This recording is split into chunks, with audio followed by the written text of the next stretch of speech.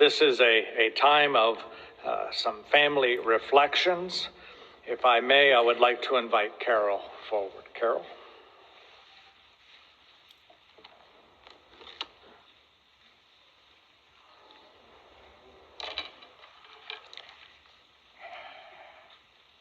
I'm Garnet's sister, Carol,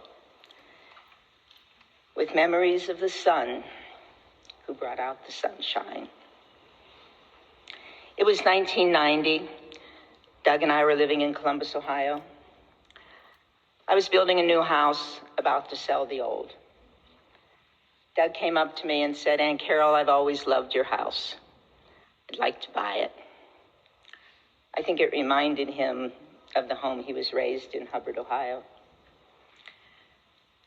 The only thing was, Doug had just taken a job that month with the bank, Fifth Third Bank, which started to literally soar his career in finance.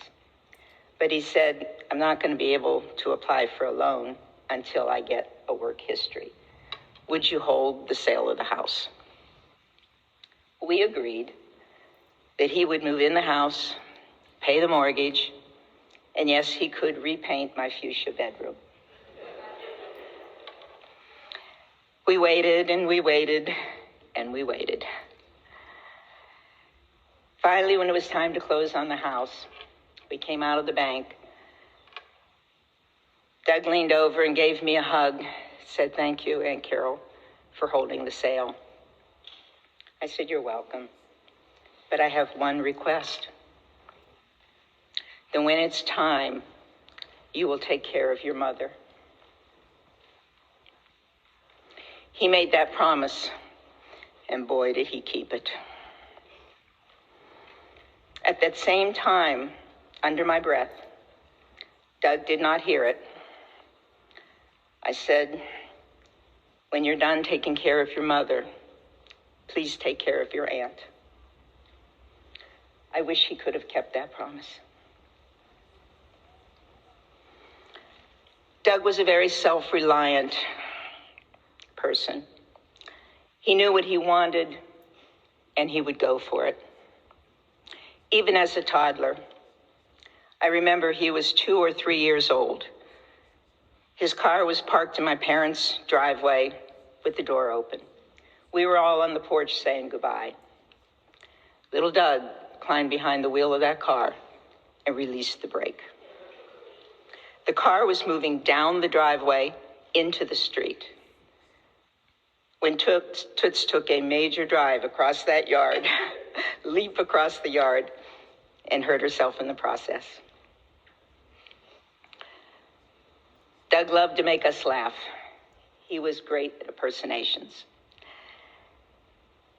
On the Carol Burnett show, TV show, she played the character of the cleaning lady. Doug played that character. He would wear Toots's shower cap, her duster, and he'd get that mop and clean the living room floor. My mother would be bent over in tears of laughter. Doug was talented, so Toots took him to the Youngstown Children's Playhouse. He was about 10 years old. I was teaching 10-year-olds at that time, but my kids were in a extremely economically deprived area. They never saw the inside of a movie theater, much less a live theater.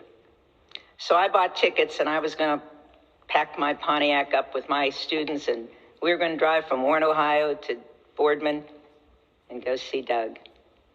But that Saturday morning in January, there was snow, there was sleet, there was ice.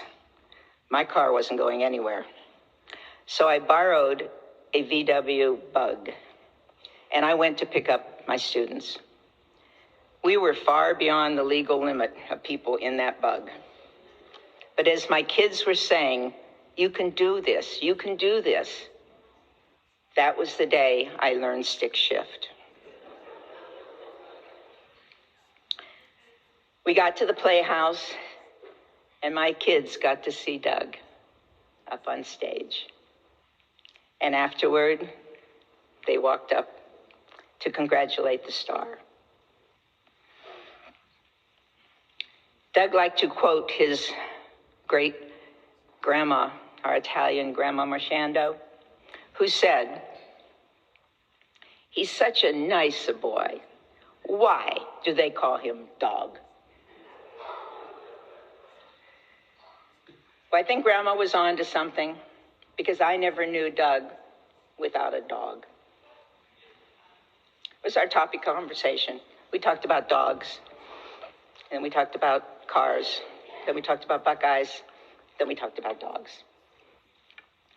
He had 5 of them that I can recall. The first one was Gigi. As he was growing up, he had a miniature poodle. But we moved down to Columbus, Ohio. He got the Dalmatian Maggie. He was in a rented duplex on campus, and he bred Maggie. I think she had 101. Seriously, it was like 12, 14 dogs, and Dalmatians grow fast. Doug had them so well managed. He would open the back door, Maggie would run down the steps into his makeshift pen, all these animals after her, and then he'd call her to come, and she'd run up the steps. Only Doug in a rental, 15 dogs. And then he got into Great Danes, and that's when he had Desiree. He bought Desiree a Mercedes SUV, and we all wanted to be Doug's dog. Then came Tess, another Great Dane, and about 2 years ago when Tess met my 9-pound dog, first thing she did was take over his bed. So we had dog and bed, and she wasn't moving. And then finally, Doug got Stella. He chose the name Stella before he had the dog. He chose a good name because Stella in Italian means star. And she is a star. Everybody wants Stella.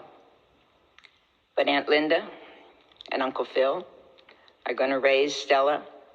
And Phil, I hope she doesn't get much bigger. My last text from Doug was just after Christmas. I sent him a picture of our dogs, and he wrote back, "LOL, Stella thinks Trevi's her new squeaky toy." LOL. Doug brought us the sun. We opened our hearts, and we let the sun shine in. The only difference between Doug's sun is that it will never set, as long as we carry that beautiful face in our hearts, as long as we remember the kindness, the gentleness, that family man, a man with the highest integrity. We carry that in our hearts for always.